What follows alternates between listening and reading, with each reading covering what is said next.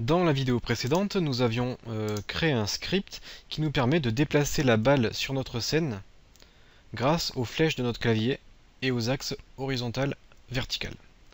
Donc là on a une balle qui se déplace à la même vitesse sur la totalité des ordinateurs grâce à la fonction time.deltaTime. Je vous invite à regarder la vidéo précédente si vous ne l'avez pas suivie.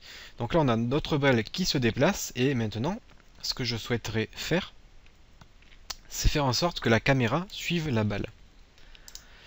Alors, en fonction de comment notre script est développé, on aurait pu prendre la caméra et la faire glisser sur notre sphère comme ceci. Du coup, la caméra est enfant de la sphère et la caméra va suivre la sphère. Donc si je clique sur Play, hop, on voit que j'ai un petit souci, j'ai la caméra qui part un peu dans tous les sens. Qu'est-ce qui se passe lorsque je déplace ma balle? Eh bien, le mouvement que j'applique sur ma balle est aussi appliqué sur ma caméra. Du coup, ça crée ce bug que vous avez sous les yeux. Donc on ne va pas pouvoir tricher et mettre la caméra dans la sphère. Du coup, je l'enlève et nous allons créer un script C#, clic droit, Create C# script, qui va nous permettre de pouvoir contrôler le déplacement de la caméra. Donc je vais appeler ce script caméra controller. Je valide et j'ouvre ce script qui est apparu dans mon éditeur caméra controller. Donc de la même façon que tout à l'heure, nous avons les mêmes fonctions, les imports, la classe et les fonctions start et update. Et c'est ici que nous allons indiquer à la caméra comment est-ce qu'elle doit se placer par rapport à notre balle. Alors, avant d'écrire le script, je vais me rendre dans Unity, cliquer sur ma main caméra, et au niveau de la position, alors je vais la mettre en 0, 0, et en Y, je vais la mettre à 10 mètres de haut, comme ceci. Au niveau de la rotation, je vais la mettre à 45 degrés. Non, 0.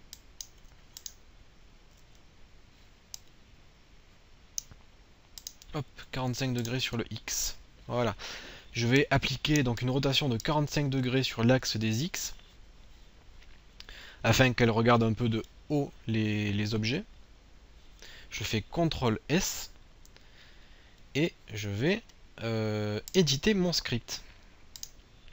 Alors, au lieu d'utiliser la fonction update, tout à l'heure on avait utilisé la fonction fixed update qui permet de faire les calculs physiques.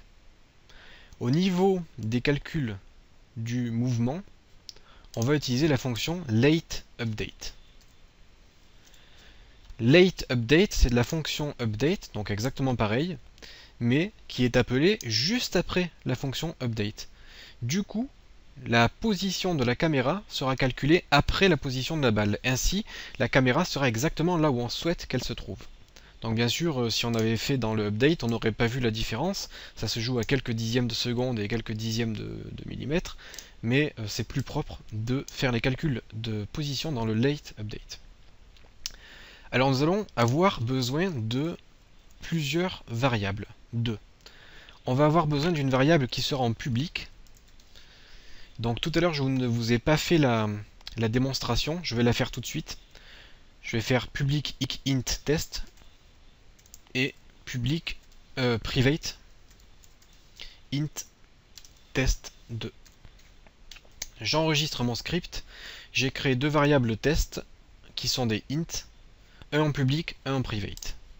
Si je prends mon script caméra controller, que je le mets sur ma caméra, on voit que j'ai test qui apparaît. Je peux modifier la valeur, mais test2 n'apparaît pas car il est en private. Donc la seule façon de modifier la valeur de test2, c'est de le faire dans le script, car il est en private. Voilà, c'était juste pour vous faire la petite démonstration. Donc je reviens à mon script, je vais créer une variable qui sera un GameObject.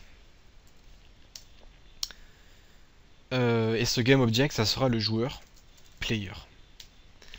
Alors qu'est-ce qu'un GameObject? GameObject, c'est un objet de jeu, ça peut être n'importe quoi sur votre scène. Ça peut être la caméra, le sol, la lumière, la balle, ça peut être tout ce que vous voulez. Nous, notre GameObject, ça sera notre joueur, player, et lorsque je regarde mon script, je vois qu'il y a none, ça veut dire aucun. Aucun GameObject n'a été associé à cette variable. Et je peux soit aller chercher le GameObject en cliquant ici et en récupérant des objets qui se trouvent sur ma scène, soit je peux prendre mon joueur, ma sphère, et le faire glisser dans la variable player. Et ainsi, j'ai la sphère qui apparaît ici. Donc voilà pour la première variable. La deuxième variable sera en private et sera de type vector3. Et ça sera l'offset. Alors, comme vu dans la vidéo précédente, vector3, c'est en fait les trois axes de votre objet, les trois flèches qui vont vous permettre de positionner un objet dans notre monde en 3D en donnant les coordonnées X, Y et Z. Et l'offset, ça sera en fait le décalage. Le décalage de notre caméra par rapport à notre joueur. Donc l'offset, on va le définir dans la fonction start. Offset sera égal à... Moi je veux que offset soit égal à la position de la caméra. Donc la position c'est 0, 10, 0. Et cette position se trouve dans le transform. Donc comment on y accède? On y accède en écrivant transform. Donc là c'est point position, je vous le dis. Par contre, si vous ne le savez pas, vous cliquez sur transform, vous cliquez sur CTRL plus apostrophe, et vous allez avoir le transform.position ici, qui vous explique tout. Donc n'hésitez pas à regarder la documentation. Donc mon offset sera égal à la position de ma caméra. Et dans ma fonction lateUpdate, je vais dire transform.position. Donc la position de ma caméra sera égale à player, donc la variable que nous avons déclarée, player.transform.position. Donc vous voyez que j'écris pas vraiment tous les mots-clés. Le logiciel me propose les mots-clés pendant que je suis en train d'écrire.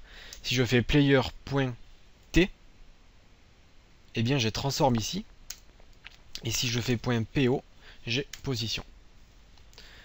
Donc là, ce que je dis dans mon late update, c'est que le transform.position de ma caméra est égal au transform.position de mon player, c'est-à-dire exactement à la même position, sauf que je vais faire plus offset.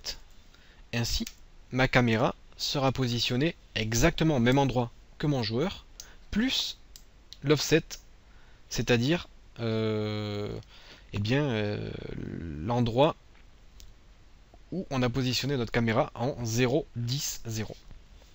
Je fais CTRL S, je retourne dans Unity, le script compile, je n'ai pas d'erreur, je vous montre ce que ça donne si j'ai une erreur, par exemple j'oublie le point virgule, je fais CTRL S, je vais dans Unity, et là j'ai une erreur. Attention, vous avez oublié un point virgule, si je clique, je les détaille dans mon erreur, on me dit que j'ai oublié un point virgule à la ligne 17, ici, et je vais retourner ici, pour ajouter mon point virgule. CTRL S, et là l'erreur va disparaître. Et maintenant, si je clique sur Play, je vois que ma caméra, elle suit la balle. Donc par contre, j'ai un souci, car la caméra ne voit pas la balle. Je vais la reculer un petit peu.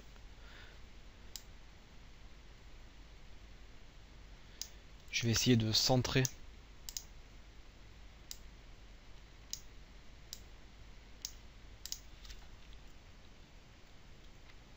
Donc là, c'est un petit peu mieux. Mais c'est pas encore tout à fait ça. Je vais à la limite descendre un petit peu la caméra. Et la reculer. Je vais voir ce que ça donne. Après, vous pouvez faire vos essais comme ça.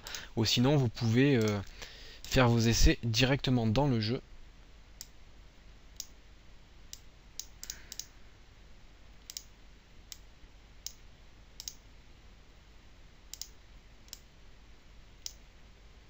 Voilà, ça devrait être bon.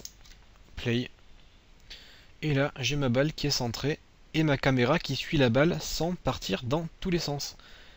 Donc nous avons réussi à développer notre script qui permet à la caméra de suivre notre balle. Dans la prochaine vidéo, nous allons créer des petits objets avec lesquels notre balle pourra interagir.